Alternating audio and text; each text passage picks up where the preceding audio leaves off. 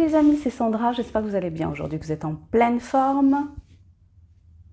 Aujourd'hui, je vais vous parler d'un livre qui s'appelle « Noir n'est pas mon métier ». Mais avant ça, je vais vous demander de faire un petit exercice. Citez-moi 5 actrices noires françaises. Donc quand je dis noir, ça va du plus clair au plus foncé, mais considérées comme étant des femmes de couleur. Alors, combien est-ce que vous en avez trouvé? C'est pas si facile que ça.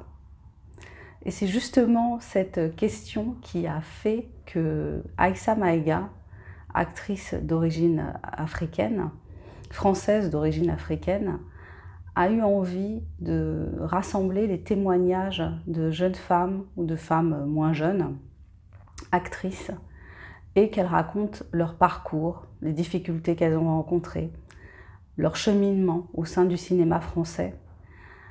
Dans cet ouvrage, donc, sont regroupés des témoignages d'actrices comme Aïssa Maïga, Firmin Richard, Sonia Rolland, j'allais dire Joseph Zobel, France Zobda, qui est une actrice originaire de la Martinique.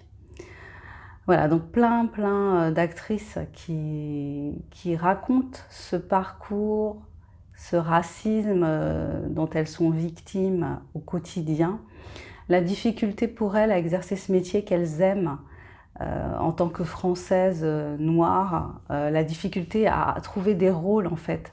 C'est-à-dire que la plupart du temps, ce qu'il se passe, c'est que quand elles font des castings, eh bien, pour qu'elles soient amenées à postuler pour ces castings, il faut qu'il soit précisé dans le scénario que la personne, le rôle qu'elles vont jouer, est une personne noire. Si c'est pas précisé, en général, c'est même pas la peine qu'elle se présente, parce que dans l'imaginaire du scénariste, il n'y a pas cette place pour une personne d'une autre couleur que le blanc pour jouer le personnage. C'est-à-dire qu'elles s'en réduites la plupart du temps à des stéréotypes, à des rôles stéréotypés, à des rôles qui constituent bien souvent des clichés. Donc elles en sont réduites la plupart du temps à jouer le rôle de femme de ménage, de prostituée, d'infirmière. En soi, ça n'est pas problématique. Évidemment qu'il y a des personnes noires qui exercent ces métiers-là, mais c'est surtout le fait que c'est un petit peu systématique. Donc dans l'imaginaire des cinéastes, a du mal à penser une personne de couleur dans des rôles différents. Donc elles expliquent parfois dans des témoignages qui sont assez difficiles à lire. Je trouve que c'est vrai que c'est lourd. Ce qui est intéressant, je pense, pour ces actrices, quand elles ont, dans le fait d'avoir rassemblé leurs témoignages, c'est de se rendre compte qu'elles ne sont pas seules, en fait. C'est ça qui est important. Parce que des fois, quand on vit des actes qui nous semblent racistes, voilà, quand on est ramené à son physique, quand on entend des phrases qui disent oui, vous êtes noire, mais pas trop, ben ça va, vous êtes noire, mais vous êtes belle pour une noire, vous n'avez pas les traits négroïdes, ça va, non, vous n'êtes pas noire, vous êtes marron. Enfin, tous ces trucs qui sont communs, en fait, hein, mais que... bon, ben, qu'on encaisse, et quand on est comme ça dans un métier où c'est le corps, en fait, on joue avec son corps, c'est un peu notre personne qu'on vend quelque part, entre guillemets, hein, tu rentres dans la peau d'un personnage en lui prêtant ta peau, donc il y a quelque chose là qui est quand même déjà à la base assez complexe. Donc en plus, voilà, si tu as ces attaques qui viennent se heurter à ton narcissisme et qui viennent heurter des choses contre lesquelles tu ne peux pas... Enfin, tu peux te transformer dans une certaine mesure, mais la couleur de ta peau, ben, oui, tu peux blanchir ta peau, mais voilà, ça fait partie de toi, tes traits font partie de toi. Donc après, s'il faut se transformer pour pouvoir jouer, c'est là que ça devient quand même très compliqué. Donc le fait qu'elles aient pu se rendre compte qu'elles avaient toutes un peu ce même vécu, ben ça fait qu'il y a une communauté en fait qui se crée. une communauté de ressentis, une communauté d'impressions, un partage justement, et puis une envie de faire bouger les choses qui est intéressante et qui est nécessaire, parce que finalement, ça a beaucoup de mal, les choses ont beaucoup de mal à avancer en fait.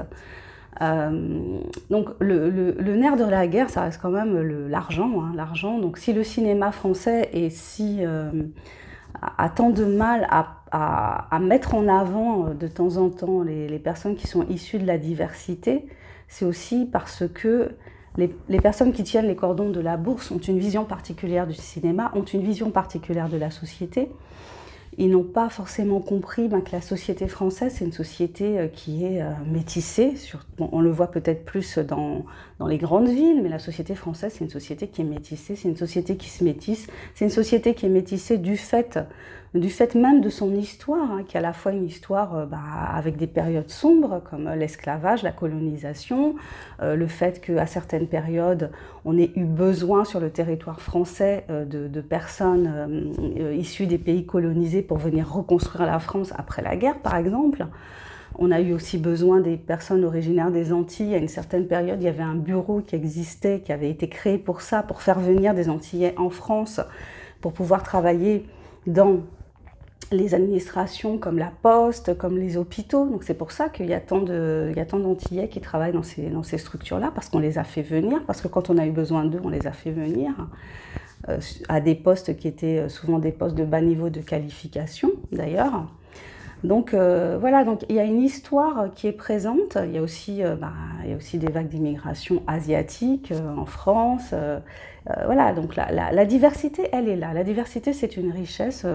Moi qui vis dans un département où énormément, je crois que 100 nationalités se côtoient, je vois ça vraiment comme une richesse.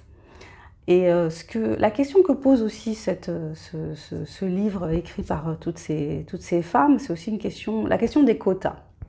Une question qu'on n'aime pas trop aborder en France, mais qui a quand même fait beaucoup avancer la représentation des personnes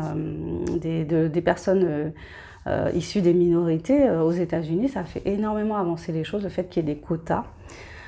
Après, il y a certains cinéastes qui considèrent que si on leur impose des quotas, c'est intervenir dans leur imaginaire. En même temps, ça peut justement ouvrir leur imaginaire, parce que peut-être qu'il n'y a pas suffisamment... ils n'imaginent pas suffisamment d'autres personnes que des personnes blanches dans certains rôles, alors que s'ils faisaient travailler leur imaginaire à cause de ces quotas qu'on leur imposerait, peut-être que ça leur ouvrirait l'esprit et qu'ils verraient les choses autrement, et que la prostituée, elle ne serait pas systématiquement noire, la femme de ménage ne serait pas systématiquement noire, le médecin ne serait pas systématiquement blanc, le rôle principal ne serait pas systématiquement blanc, enfin, voilà. Après, c'est vrai que c'est un peu valable pour d'autres minorités sur le territoire français.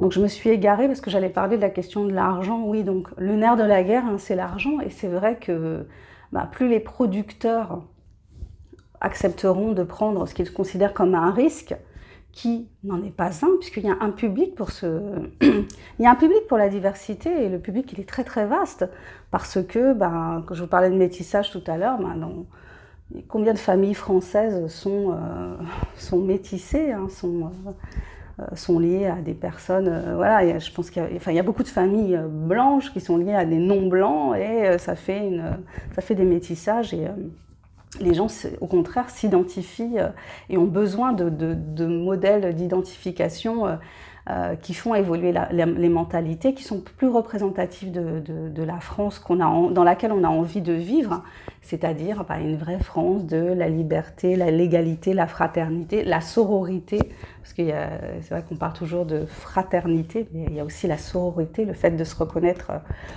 entre femmes solidaires, c'est très très important.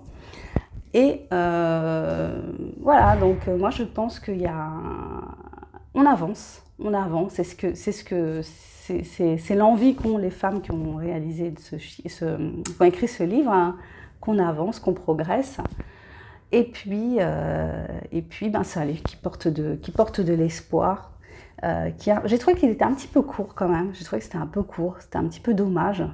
Même si les témoignages, ben oui, prennent aux tripes, hein, parce que les filles racontent leur parcours qui sont assez exemplaires pour beaucoup, hein. Elles sont passées par des cours de théâtre, elles ont eu des prix, etc., etc. Donc elles s'imaginent un peu que les portes vont s'ouvrir et puis finalement les portes ne s'ouvrent pas si facilement que ça. Je voulais partager avec vous aujourd'hui ma lecture de Noir n'est pas mon métier. J'espère vous avoir donné envie de découvrir ce livre. Je vous remercie de m'avoir regardé si vous êtes allé jusqu'au bout. Je suis Sandra Ganneval, écrivaine indépendante. Si vous voulez en savoir plus sur mon travail, je vous invite à regarder tout ce qu'il y a en dessous de la vidéo. Je vous souhaite une excellente journée ou une excellente soirée. Prenez bien soin de vous et puis je vous dis à bientôt pour la prochaine vidéo. Bye bye.